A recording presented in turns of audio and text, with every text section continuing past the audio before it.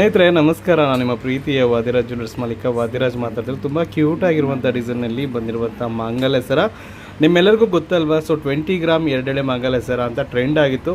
So ಅದೇ ಮಂಗಲ ಸರ ಇದು ತಾಳಿ ಸೇರಿ 23 ಇಂದ 24 ಗ್ರಾಮ್ ಹತ್ರ ಇದೆ.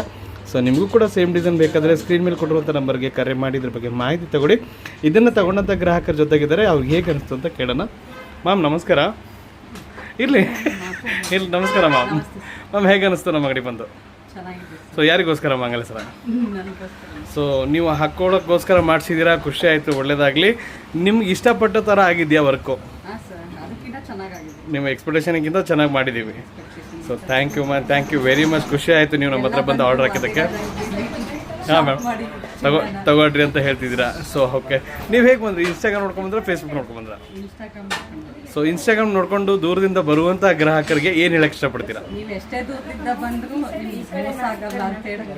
Thank you ma'am, thank you very much. ನಿಮ್ಮ ಪ್ರೀತಿಯ ಒಂದು ಮಾತಿಗೆ ಧನ್ಯವಾದಗಳು. ಇದೇ ಥರನೇ ಬರ್ತಾ ಇರಿ. ಧನ್ಯವಾದಗಳು ಮ್ಯಾಮ್. ಮ್ಯಾಮ್ ನಮಸ್ಕಾರ. ನಿಮ್ಮ ಹೆಸರು? ಶಾಲಿನಿ ಮೇಡಮ್. ನಿಮ್ಗೆ ಹೇಗೆ ಅನಿಸ್ತು? ಒಳ್ಳೇದು madam. Thank you very much. ಅಂದರೆ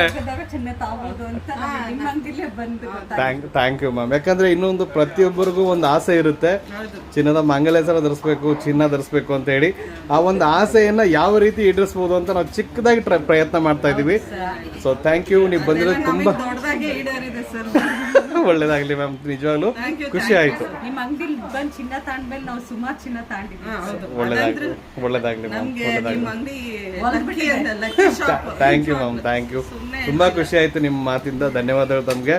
ಸೊ ಇವತ್ತು ಯಾಕೆಂದರೆ ಈ ಒಂದು ಮೂಮೆಂಟಿಗೆ ಬರೋಕ್ಕೆ ಕಾರಣ ನಾವು ಅಂತ ಹೇಳಿದ್ರಿ. ಸೊ ಧನ್ಯವಾದಗಳು. ದುಡ್ಡು ಕೊಡೋದು ನೀವೇ, ಬಟ್ ಎಲ್ಲೋ ಒಂದು ಕಡೆಯಿಂದ ನಮ್ಮ ಅಳಿಲಿ ಸೇವೆ ಇದು. ಸೊ ಎಲ್ಲ ಗ್ರಾಹಕರು ಕೂಡ ಚಿನ್ನ ಖರೀದಿ ಮಾಡಲಿ ಅನ್ನೋದು ನಮ್ಮೊಂದು ಅಪೇಕ್ಷೆ.